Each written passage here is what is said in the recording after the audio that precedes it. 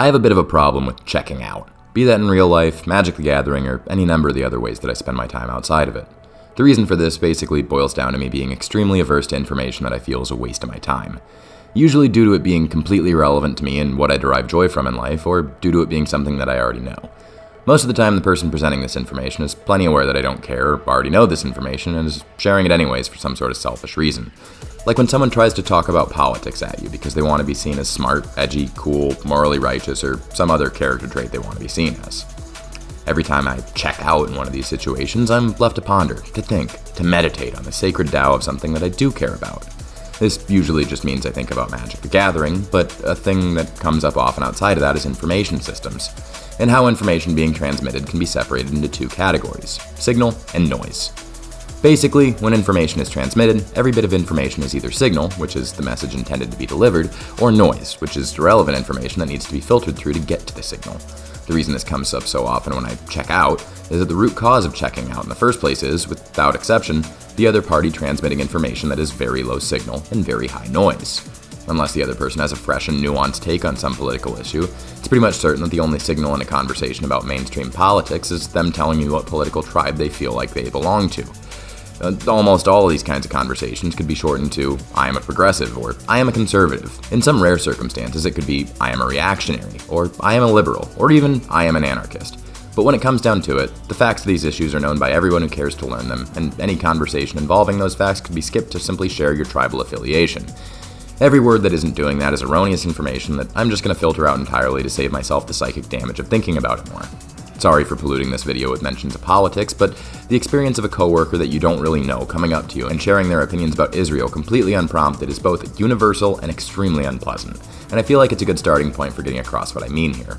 Another example could be conversations about sports. I don't really follow sports, and most of the people I know are aware of this. It doesn't mean sports are an off-limits topic of conversation with me, but it does mean that any conversation about them with me needs to be formatted in a way that is going to mean something to me. Talking to me about the most recent Chiefs game is pointless, as I obviously didn't watch it. But talking to me about how you believe refs are weighing games in favor of the Chiefs to capitalize on the ratings boost from Taylor Swift's relationship with Travis Kelce, and how it's made them a very contentious team in recent years is potentially really interesting to me. I don't need to know anything about football to understand that. Shout out to my stepdad on that one. Likewise, talking to me about a baseball pitcher's record means very little to me, but a conversation about how the MLB has to allow a certain amount of cheating in regards to pitchers using foreign substances to better spin their pitches to keep the game more balanced between offense and defense is absolutely fascinating to me. If you tell me about the results of the game or the steps to get there, the signal for me is that you like a certain team and that they either won or they didn't. The noise is literally every other word you say. If you tell me some fun fact about the game that I don't need to follow the game to understand, the conversation becomes mostly signal and very little noise. This applies to pretty much anything, not just sports. If you want to keep high signal in your conversations, you should know your audience, what they care about, and how you can best communicate with them. I want to make the note that I am not saying I refuse to compromise in communicating with people and we only can talk about things that I care about, but rather that I want my communication with people to be meaningful. I try to make my communication with other people as meaningful as I can, and I really don't appreciate it when that effort isn't reciprocated. I recognize the irony of saying this while I'm literally in the process of opening up my Magic the Gathering video essay with a tangent about sports, politics, and information theory, but we're going somewhere with this, I promise. In a game of Commander, each action you take is transmission of information. You're doing something that affects the state of the game, and it has varying degrees of signal and noise.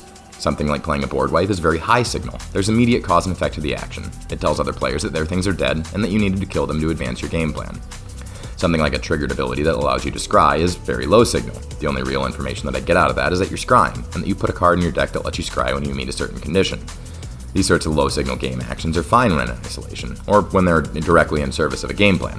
But if they pile up to the point where every time you do the thing your deck is trying to do, you have to resolve 5 or 6 triggered abilities that only marginally affect the actual state of the game, it becomes a bit of a problem.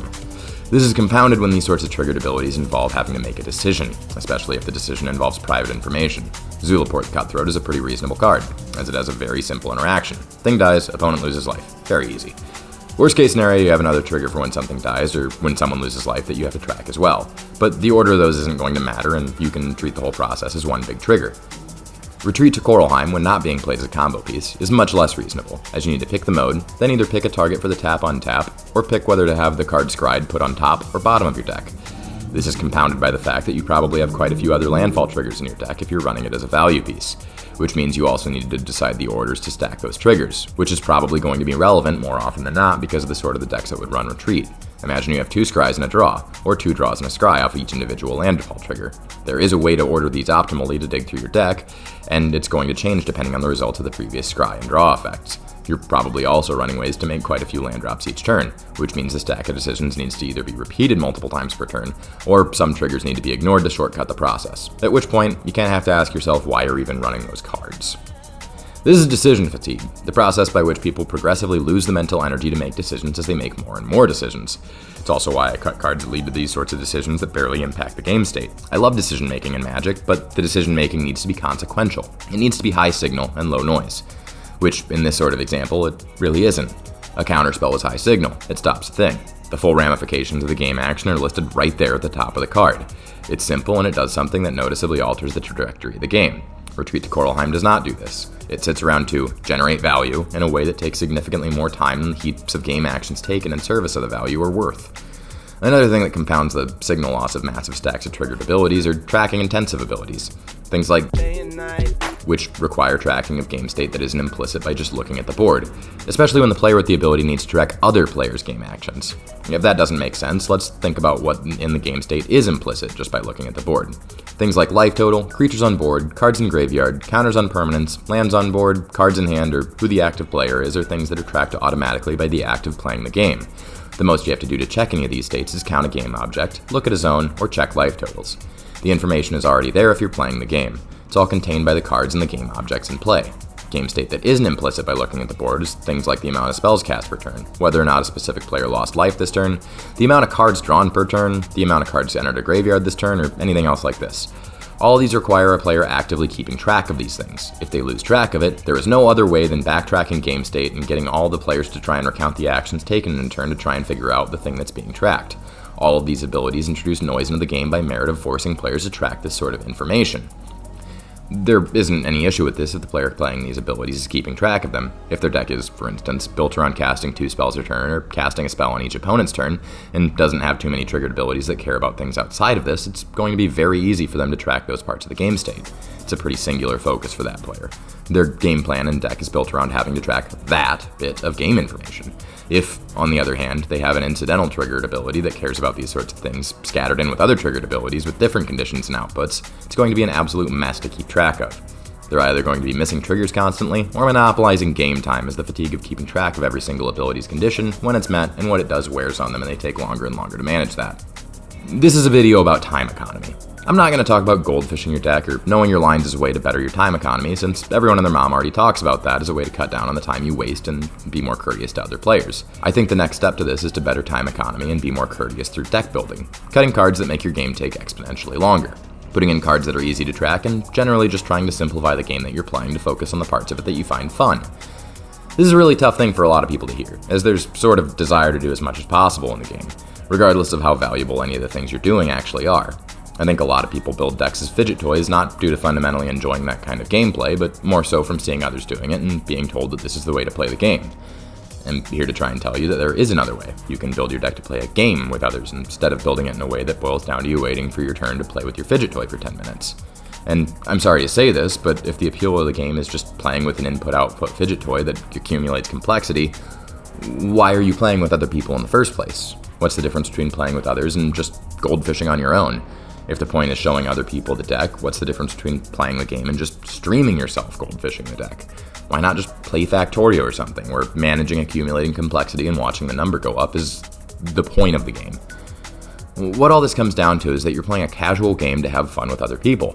And when things get too complex to the point that you're ignoring your own triggers to save yourself and others' mental burden, you're better cutting that card for something else, as it's clear that the advantage you're getting from the ability isn't worth it for the table's fun when compared to the time you have to spend keeping track of it.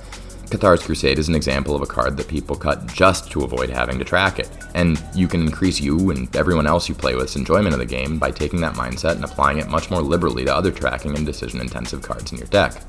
Consider what your deck wants to do and ask if the card directly helps you do that thing, or if it just sort of amorphously generates value, like Retreat to Koralheim. Consider the conditions of the triggered abilities you put in your deck, and ask yourself if the cards you're including have the same few conditions, or if you have bloat in the amount of conditions you need to keep track of. Ask yourself if the outputs of the triggered abilities do similar things, or if you have to keep track of a dozen different things to do every time a trigger happens when you do the thing. An example is the difference between everyone losing 3 life whenever a thing you control dies due to a stack of triggered abilities, versus everyone taking 1, someone losing an additional 1, you gaining 1, drawing 2 cards, and forcing everyone else to sack a creature every time something you control dies. One of these is so much easier to keep track of and do every time something you control dies, and since you're including these abilities, you can imagine that's going to be happening a lot. Is the additional 1 drain and gains power worth the amount of effort you're putting into having to track it? Is the sack effect too much? Is there anything you can do to simplify that stack or turn it into a more immediate win condition so you don't have to repeat it so much and instead can just have that engine up for a turn or two before you convert it into a win? Ultimately, as long as you're playing casually, the name of the game is having fun, and at least to me, these sorts of half-Turing machine tracking issues are not fun. They remind me of having to file my taxes, which is a feeling I'd prefer to avoid when playing games. Even if an ability is good for the deck, you need to really interrogate whether or not that ability makes your deck waste people's time, and whether or not the amount of time being wasted is worth the card's inclusion. Returning to signal and noise, are the outputs of these abilities consequential enough to never be noise and always be signal?